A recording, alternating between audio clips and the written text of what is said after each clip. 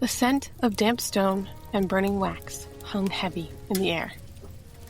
Outside, the Loire Valley slept under a cool French spring rain. Inside the manor house of Clos-le-Sea, one candle fought the darkness, its wick guttering low, casting long, dancing shadows across the bedchamber. On a heavy oak desk, scattered like the workings of a restless mind, lay a lifetime. Motes of dust floated in the candlelight above blueprints for flying machines, anatomical studies of the heart, sketches of impossible fortifications, and the unfinished smile of a certain Florentine lady. The great mind of the Renaissance, the man whose sight pierced the future, lay near his end. Leonardo da Vinci, the illegitimate son of a notary and a peasant woman, who rose to become the chief engineer, architect, and painter to kings. He was surrounded by the proof of his brilliance, yet it offered little comfort now. The man who saw perfection in the universe and relentlessly pursued it was consumed by one final, painful critique. I have offended God and mankind because my work did not reach the quality it should have. The candle flickered, casting a final elongated shadow of a noble profile onto the wall before the flame surrendered. As the last of the light died, the camera of the mind pulls back through the stone walls, past the whispering rain, over the slumbering fields of France, through time itself, to the sun-drenched rolling hills of Tuscany 5 decades earlier, where it all began. For over 5 centuries, his name has been a shorthand for genius. We credit him with painting the most famous portrait in the world, yet he considered himself primarily a military engineer. He dissected human bodies in secret, drew machines that would not be built for centuries, and scribbled over 7,000 pages of notes that still hold mysteries. But how did an illegitimate child with no formal classical education become the definitive universal man? How did his radical approach to observation fundamentally change science and art? What drove his restless compulsion to leave so many projects spectacularly unfinished? And how much of the Da Vinci Code mystique is rooted in fact, and how much is merely legend? He saw the world not as a fixed place, but as a perpetual work in progress. He wanted to understand the muscle beneath the skin, the flow of the river, and the currents of the air. His life was a testament to the belief that the greatest machine ever designed was the human mind, and its greatest function was curiosity. Welcome to Historical Insights. My name is Tony Ray, and to understand Leonardo da Vinci, we must begin not with genius, but with curiosity. The year is 1452. The place, a small sun-drenched hill town called Vinci, nestled among the olive groves and the vineyards of Tuscany. It's here, in a simple stone house just outside the village, that the future of Europe's art and science was sketched into existence. His name was Leonardo. He was born on April 15th, an illegitimate child. His father was Piero da Vinci, a wealthy and respected notary. His mother was Caterina, a peasant woman, possibly a maid in the household, perhaps a local farmer's daughter. A relationship of convenience, certainly, but one that left the boy with a complicated legacy. As an illegitimate child, Leonardo was barred from the formal education that would have been his birthright. No Latin, no Greek, no great classical texts. The walls of Florence's academic institutions were closed to him, but the world outside those walls were wide open. His classroom wasn't a smoky study, but the Tuscan countryside itself. While other children memorized verses, Leonardo was documenting the world as it truly was. He didn't read about water, he watched it. He mapped the swirling eddies of a stream with his eyes, studying how a river's current behaved when it met a rock. He wasn't taught about birds, he caught them, examined their wings, the delicate geometry of flight, and then let them go, sketching their freedom. Observation was his teacher. His pen became an extension of his eye. He'd spend hours drawing insects, patiently capturing the iridescent sheen on a beetle's wing. He'd sketch the faces of the local villagers, not just their features, but their character, the emotion etched around their eyes. This intense visual curiosity gave rise to the trait that would both define and plague his entire career: a relentless, almost painful perfectionism. No sketch was ever finished. No line was definitive. He never stopped correcting, refining, or redrawing. For Leonardo, the work was less about the final product and more about the process of understanding. Local lore suggested he was a peculiar boy. When a farmer would come to his father with a simple request, young Leonardo might be found in the barn, not tending to duties, but building a little mechanical line that could walk and open its chest. When a storm rolled across the mountains, others ran for cover. Leonardo ran for his drawing pad, desperate to capture the fury of the wind and the movement of the clouds. Ser Piero, the wealthy notary and father, began to see that his illegitimate son was different. This wasn't the mind of a tradesman or a notary, or even a typical artist. This was a unique fire. One day, a neighbor asked Ser Piero to draw a picture on a wooden shield. The notary passed the shield and materials to his son. Leonardo didn't draw a scene of battle or a coat of arms. He worked in secret, gathering lizards, snakes, and insects to create a terrifying, grotesque, Medusa-like creature that seemed to be breathing poison. When his father finally saw it, he recoiled in horror, then realized the effect was deliberate. It was terrifyingly real. Ser Piero took the masterpiece and his son to Florence. Florence, the epicenter of the Renaissance, a city of brutal beauty, cunning finance, and world-changing art. The boy from Vinci was taken to the workshop of Andrea del Verrocchio, Florence's most respected artist, master sculptor, and goldsmith. It was an entry point into the world of light and shadow, patronage and power. He left behind the quiet hills, but he never left behind his curiosity. He arrived in a city where art was a language of power, commerce, and religious devotion. In a city where art was a language, Leonardo's silence spoke louder than any sermon. If the village of Vinci was Leonardo's laboratory, Florence was his proving ground. In 1466, the young man walked into the most important art school in Europe, the workshop of Andrea del Verrocchio. Verrocchio was the ultimate Renaissance man, a master goldsmith, sculptor, and painter, and an accomplished military engineer. He didn't just teach painting. He taught the complete technical mastery to bring any vision to life.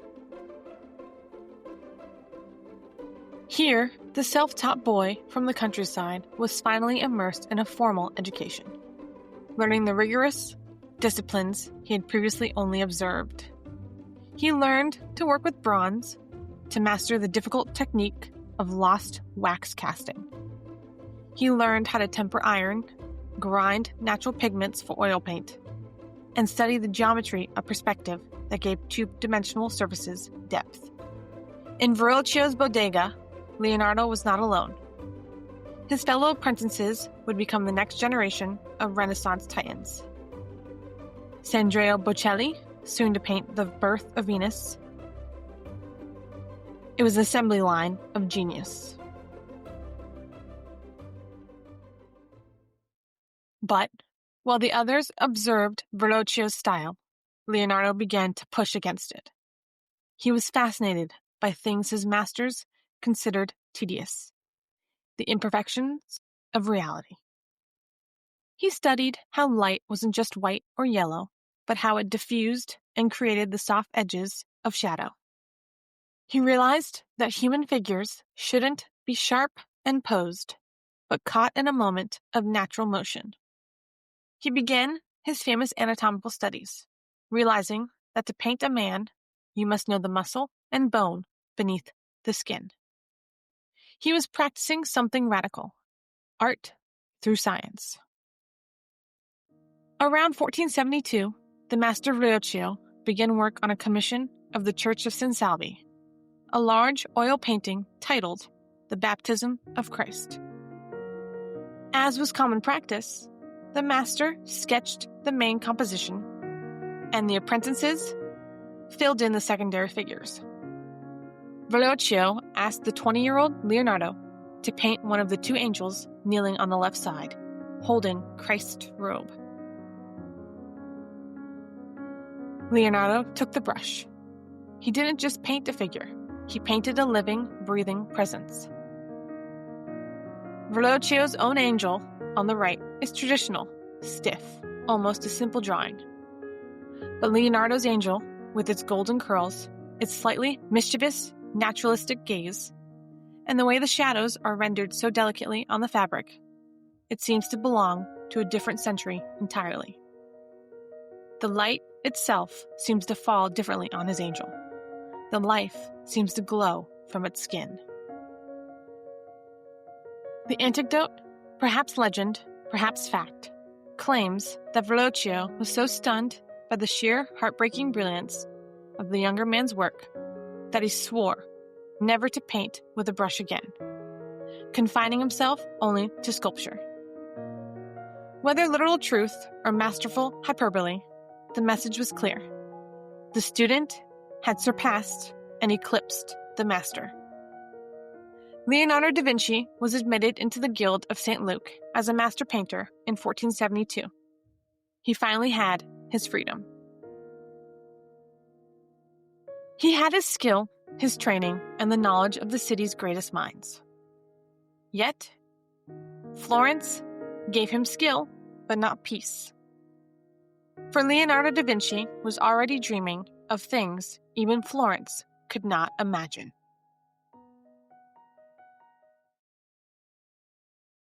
Leonardo da Vinci was a master painter, officially. He had the skill, the freedom, and the genius. But by the late 1470s, the oil paints of Florence were not enough to contain the explosion happening inside his mind. He was less interested in painting the visible world and more in designing the possible world. His mind had become a foundry of imagination, melting art and engineering together.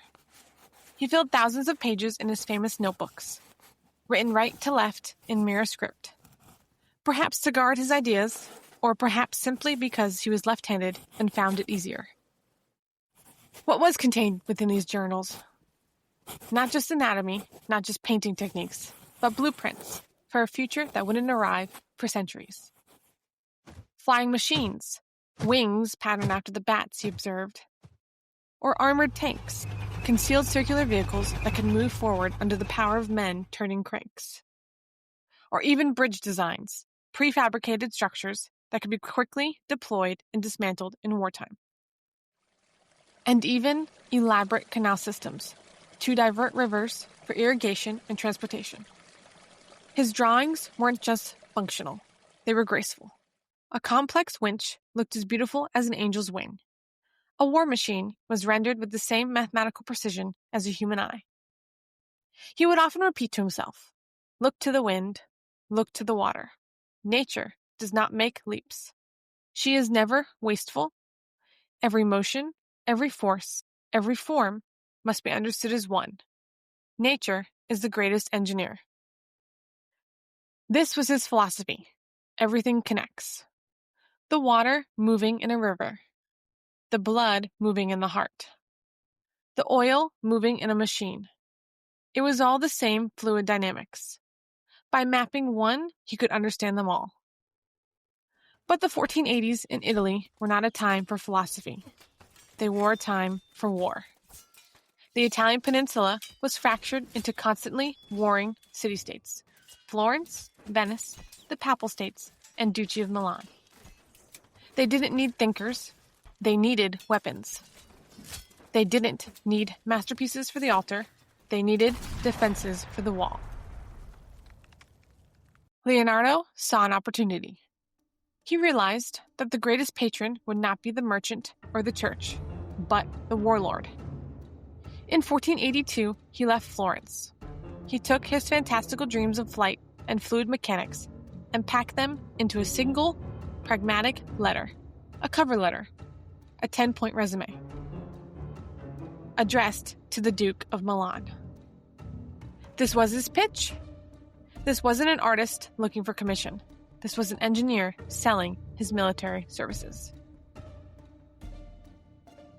In the end, he boasted he could construct easily transported bridges, drain besieged city moats, design new types of artillery, highly effective and easily moved, build covered and safe chariots, the armored tanks of his sketchbooks, and create catapults and engines of war that are not in common use.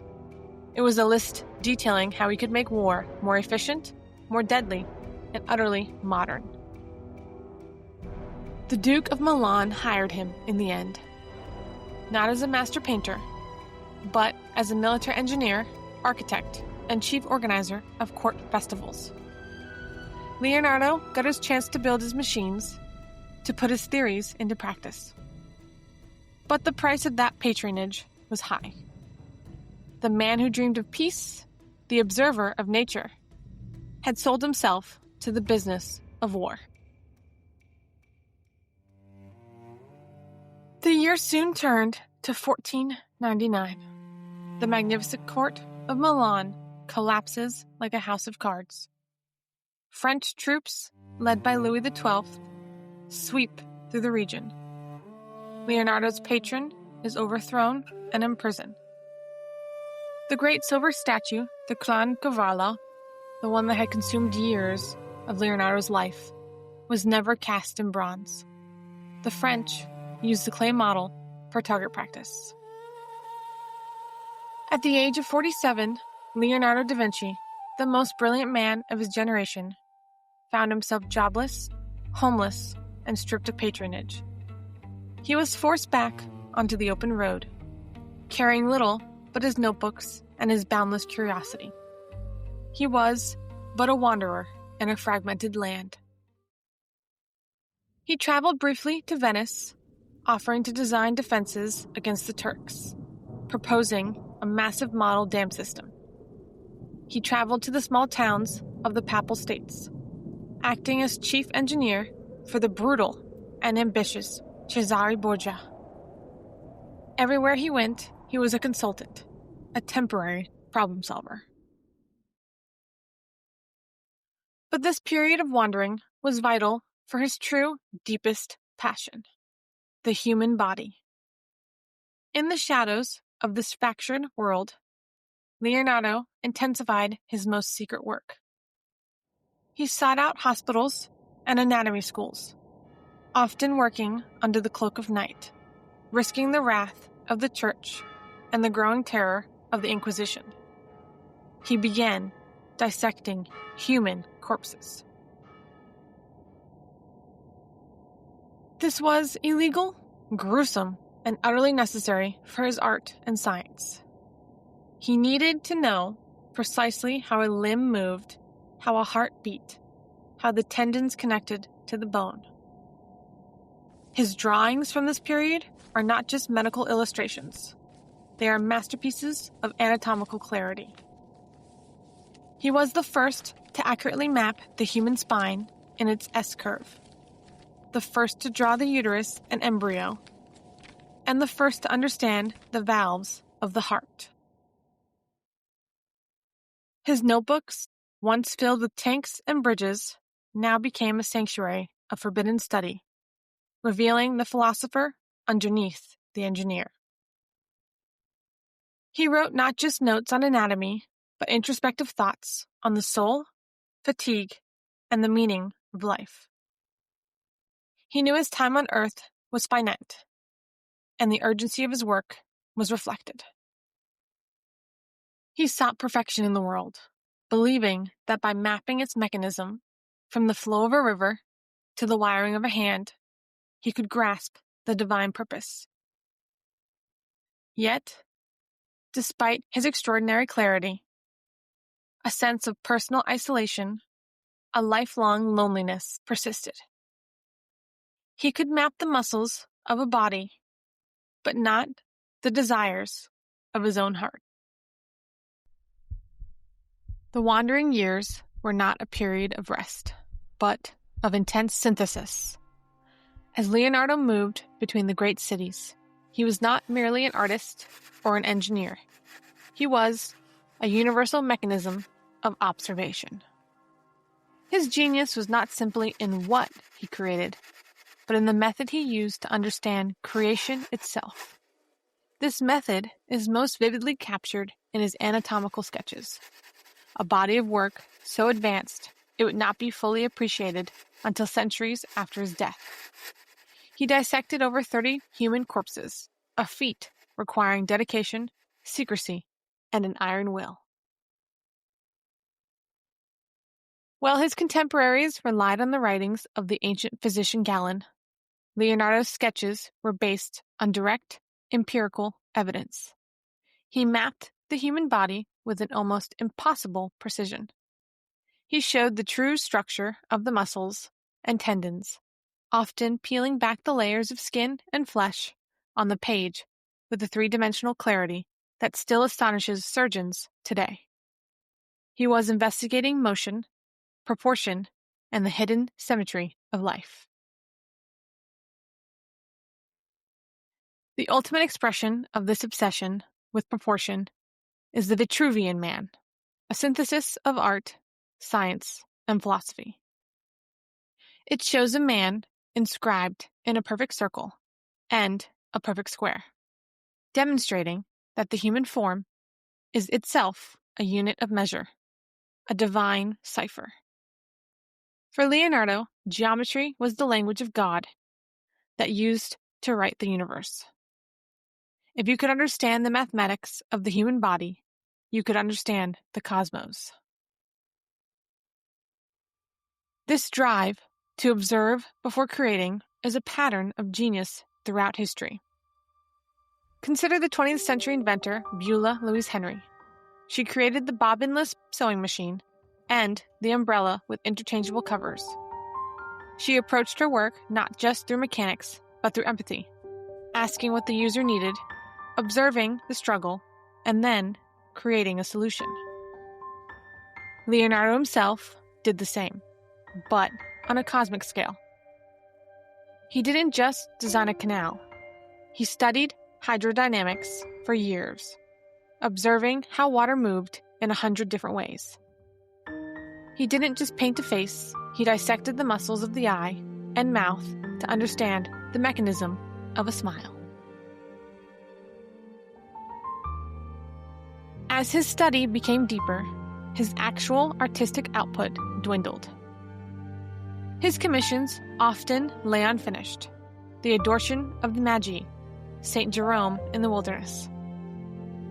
For him, the creative act was a process of endless correction, a search for the single impossible moment of perfection. And as the years progressed, his solitude grew.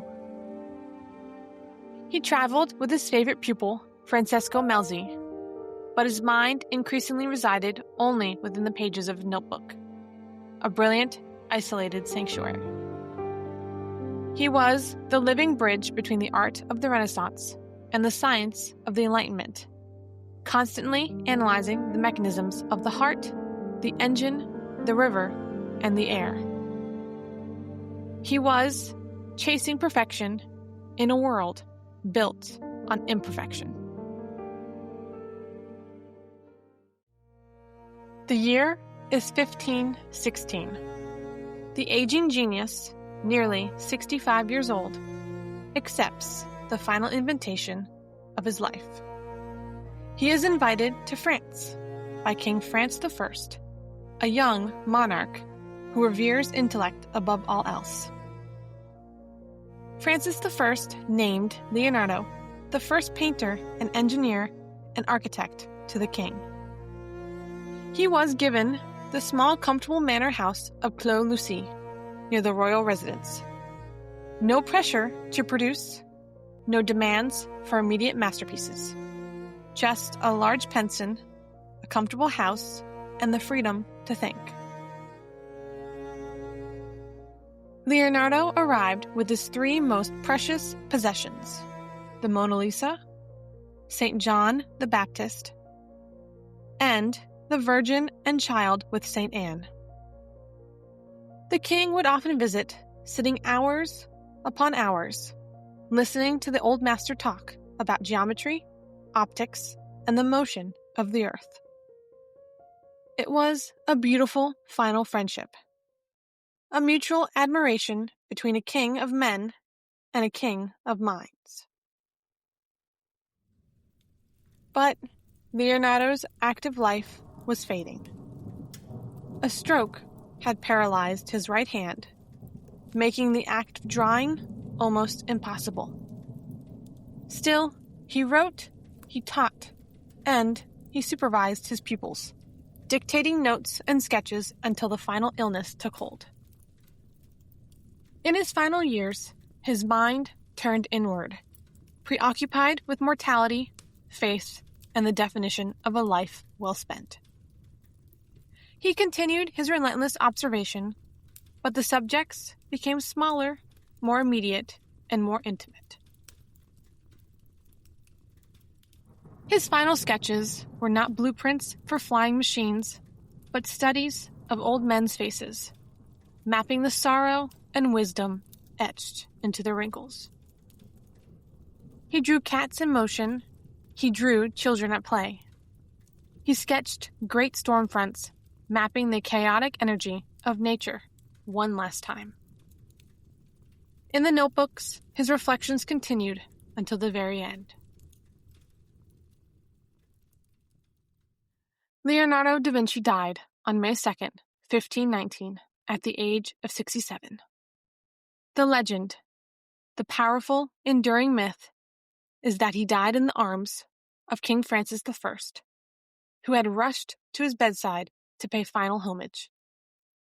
Whether true or not, it serves as a fitting, beautiful myth for a man whose life was dedicated to the highest ideals of humanity.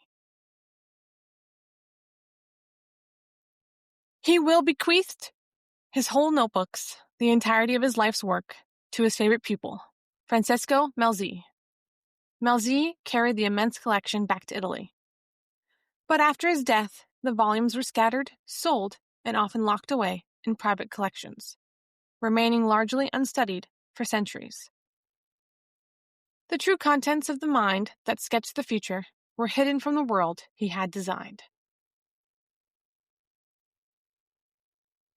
While Leonardo da Vinci did not live long enough to see his flying machines soar or his great rivers diverted, he was born too early for his world. But 5 centuries later, the world he sketched finally took flight.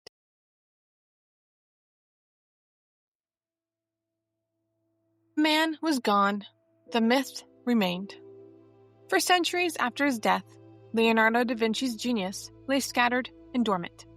His thousands of pages of notebooks, the codices, were bound, unbound, sold, stolen, and often misunderstood, hidden away in private collections across Europe. His prophecies of flight, his perfect anatomical maps, his revolutionary physics, all were locked away in that peculiar mirror script, waiting for the world to catch up. The eventual rediscovery of his work in the 19th and 20th centuries were not just an archival find. It was a revelation. Suddenly, modern scientists realized that a man from the 15th century had accurately described arteriosclerosis, designed a functional hydraulic pump, and devised a multi-speed gear mechanism that forms the base of modern transmissions. His anatomical drawings from 1510 are still studied by medical historians, showing a clarity of vision unmatched until the advent of X-ray technology. Leonardo's influence is not merely historical. It is a fundamental element of the way we create today. He shattered the boundary between the arts and the sciences, establishing a core principle of modern creativity, that the two are not separate disciplines, but two different ways of observing the same reality. Every time a designer applies knowledge of human psychology to an interface, every time an engineer uses the geometry of nature to build a bridge, they are walking in Leonardo's footsteps. His vision of a unified universe shapes our purest of everything from robotics to sustainable design. His notebooks, for so long a private sanctuary, are now a public testament of what it means to think freely, to reject dogma, to trust observation, and to embrace the messiness of the creative process. They are thousands of pages of beautiful, unfinished thoughts. And that is his ultimate legacy. Leonardo's own life, so full of incredible beginnings and tantalizing non-endings. The incomplete paintings, the unbuilt machines, the half-written treatises, mirrors humanity's own project. We are forever striving, forever correcting, forever unfinished, and endlessly curious. His message to us across 500 years is one of hope and action, in which he states, "The most noble pleasure is the joy of understanding." He reminds us that we possess the most powerful machine ever devised, housed within the bone of our skull, capable of transcending its own physical limitations. To be human is to imagine the impossible, and then to draw it.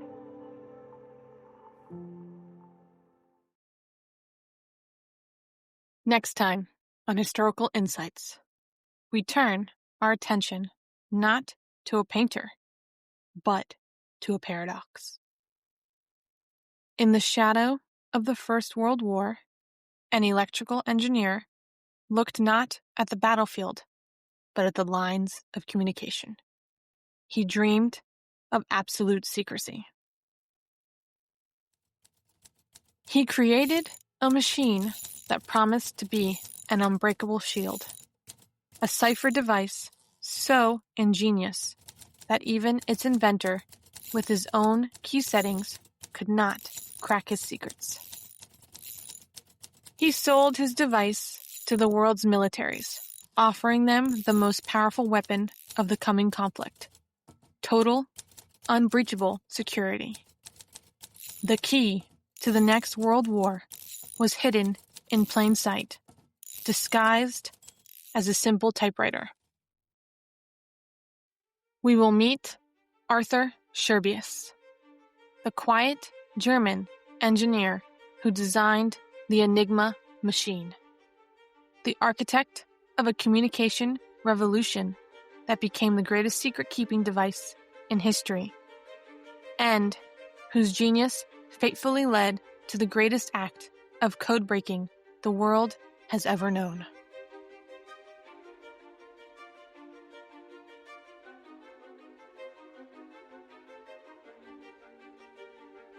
I'm Tony Ray, and this has been Historical Insights, Leonardo da Vinci, the mind that sketched the future. Thank you for joining us for this journey into the Renaissance. If you've enjoyed this episode and the exploration of Leonardo's boundless curiosity, please take a moment to follow and share the show with a friend. And remember, history isn't just what happened, it's what imagination made possible.